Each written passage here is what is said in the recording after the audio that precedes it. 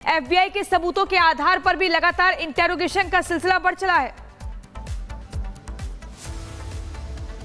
बिल्कुल, देखिए तैबुल राना से पूछताछ आप फिर से शुरू हो गई है। 11 बजे के आसपास तमाम जो सीनियर ऑफिसर से वो एनआईए हेडक्वार्टर पहुंचे और अब तीसरी मंजिल पर जो इन्वेस्टिगेशन सेल बनाया गया है वहां पर तैबुल राना पहुंच चुका है और इन्वेस्टिगेशन अब शुरू हो चुकी है। आज जो पुराने डॉक्यूमेंट्स हैं उनको तैबुल राना के सामने रखा जा रहा है और उस बिना पर जो इन्वेस्टिगेशन है वो एनआईए करती नजर आ रही है। साथ ही आपको याद होगा कि 2010 में एनआईए की टीम अमेरिका गई थी और डेविड कॉलमैन हेडली से अमेरिका में जाकर एनआईए ने पूछताछ की थी। उस पूछताछ के डॉक्यूमेंट्स को भी आज डेविड एक तरीके से तैबुल राना के सामने रखा जाएगा और इन्वेस्टिगेशन की जा रही है। और जिस तरीके से मैं आपको लगातार बुला रहा हूं कि अभी प्रेफरेंस एनआईए की इस बात को लेकर है कि आईएसआई का नेटवर्क और लश्कर ए तैयबा का नेटवर्क भारत में किन किन राज्यों में ज्यादा है और उस बिना पर तैबुल राना को उस बारे में क्या कुछ जानकारी है, बैकग्राउंड खंगालने की अभी एनआईए कोशिश कर रही है। इसमें स्लीपर सेल से जुड़े लोग हैं, खासतौर पर फोकस दिल्ली, गुजरात और महाराष्ट्र इन तीन राज्यों में सबसे ज्यादा है एनआईए का कि वहां पर कितनी लोकेशंस पर तैबुल राना किन किन लोगों को जानता है। और यही कारण है कि चाहे वो इलेक्ट्रॉनिक एविडेंस हो,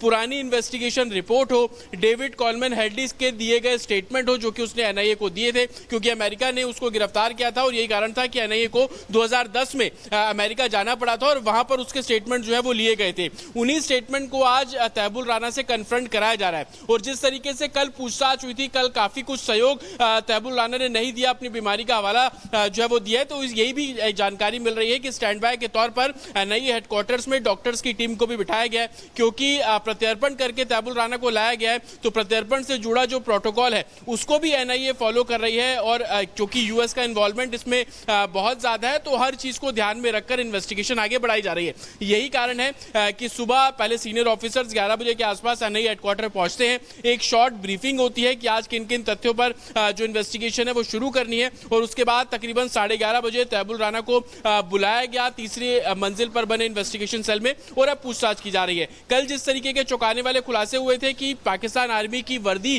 पहनने का उसको बहुत शौक था और लश्कर ए तैयबा के जुड़े हैंडलर से लश्कर ए तैयबा के जुड़े कैंप में जब वो जाया करता था, अभी पूछताछ कई दिनों तक होने वाली है, कई और खुलासे भी होंगे, आपके पास लौटेंगे। लेकिन इसी बीच एक जानकारी और दे देते हैं दर्शकों को, जहां आतंकी तहव्वुर से पूछताछ पर एनआईए सूत्रों से खुलासा हुआ कि भारत दौरे के लोकेशन के बारे में अब पूछताछ होगी। सूत्र ये भी कहते हैं कि रेकी के दौरान कई शहरों में गया था तहव्वुर, उन शहरों में तहव्वुर को ले जा सकती है एनआईए, ये सूत्र दावा कर रहे हैं और इसी के साथ वहां से जुड़े हुए सवाल भी हो सकते हैं। जतिन का एक बार फिर से रुख कर लेते हैं। जतिन, 2008 में, नवंबर 2008 में जब ये हमला हुआ उसके ठीक पहले तहव्वुर राणा भारत में था और जो लोकेशन पे गया था वहां पर भी ले जाने की बात निकल करके सामने आ रही है कि एनआईए वहां ले जाएगी और पूछताछ करेगी, क्योंकि हर सवाल का जवाब यही है कि मुझे याद नहीं है।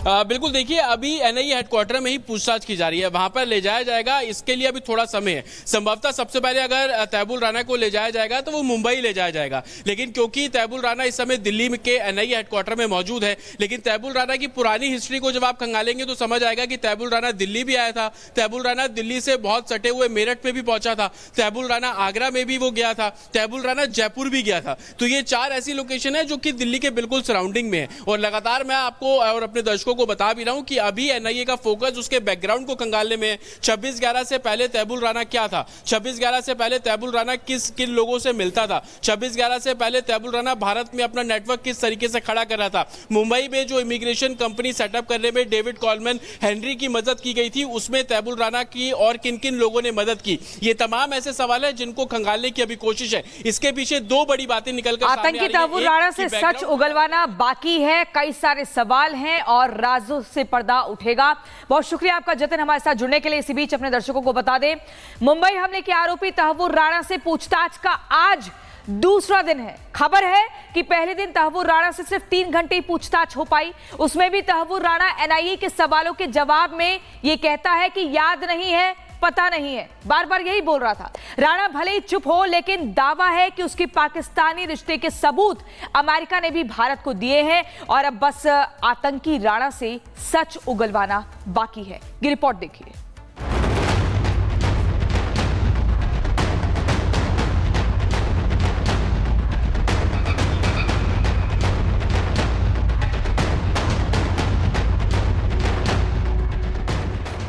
जब से आतंकवादी तहव्वुर राणा भारत की गिरफ्त में आया है, पाकिस्तान को दुनिया के सामने बेनकाब होने का डर सताने लगा है।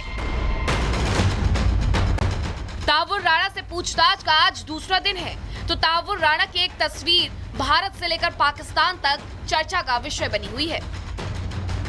पूछा जा रहा है कि जब तहव्वुर राणा को भारत लाया जा रहा था तो तहव्वुर राणा के हाथ एनआईए के अधिकारियों ने क्यों पकड़े थे? तो इसका जवाब ये है, ऐसा इसलिए ताकि तहव्वुर राणा खुद को कोई नुकसान न पहुंचा सके। अब सवाल है कि 166 निर्दोष लोगों को मुंबई हमले में मारने वाला तहव्वुर राणा खुद को भला क्यों नुकसान पहुंचाएगा? तो इसकी वजह पाकिस्तान है, जिसकी पोल अब तहव्वुर राणा खोलेगा। आपको बता दें कि तहव्वुर राणा पाकिस्तानी मूल का कनाडाई नागरिक है। वो पाकिस्तान की सेना में डॉक्टर रहा है और मुंबई हमले का मास्टरमाइंड है। यही बात शायद पाकिस्तान को खाई जा रही है। पाकिस्तान जानता है कि वो कितना भी कह ले कि तहव्वुर राणा का पाकिस्तान से कोई कनेक्शन नहीं है, लेकिन कोई उसकी बात का यकीन नहीं करेगा, क्योंकि खुद अमेरिका ने भारत को जो सबूत दिए हैं उसमें तहव्वुर राणा, हेडली और पाकिस्तान की साठगांठ के पक्के सबूत हैं। बताया जा रहा है कि मुंबई हमले के पहले तहव्वुर राणा और हेडली के बीच फोन पर करीब 231 बार बातचीत हुई। जब हेडली पहली बार भारत में रेकी करने आया था उस समय करीब 32 बार हेडली ने तहव्वुर राणा से बातचीत की। जानकारी ये भी मिल रही है कि मुंबई हमला करने के बाद तहव्वुर राणा ने हेडली से कहा था कि भारत इसी के लायक है और हमला करके हमने बिल्कुल ठीक किया। यही वो तमाम सबूत है जिनके सामने आने के डर से पाकिस्तान छटपटा रहा है। पाकिस्तान अपने विदेश मंत्रालय से ये बयान दिलवा रहा है कि पाकिस्तान का भारत लाए गए तहव्वुर राणा से कोई कनेक्शन नहीं है।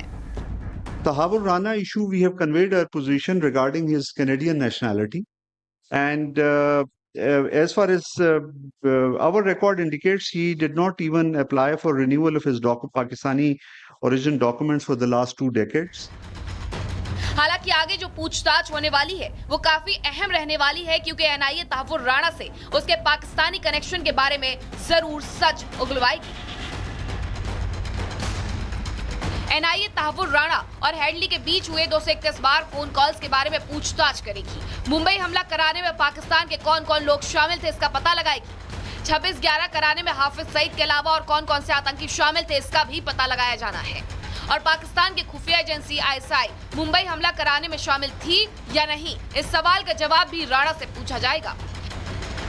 एक बात तो तय है कि पाकिस्तान का पाप का घड़ा फूटने में बस कुछ पलों की ही देरी है। भारत का अगला कदम क्या है? भारत तहव्वुर राणा के साथ आगे क्या करेगा? यही सोच सोच कर पाकिस्तान के पसीने छूट रहे होंगे। खबर तो यहाँ तक है कि पाकिस्तान में टॉप अफसरों की मीटिंग तक हो चुकी है। पाकिस्तान की खुफिया एजेंसी आईएसआई ने इमरजेंसी बैठक बुलाई थी और तहव्वुर राणा के भारत आने के बाद पाकिस्तान ने हाफिज सईद समेत अपने टॉप आतंकियों को अंडरग्राउंड करना शुरू कर दिया है,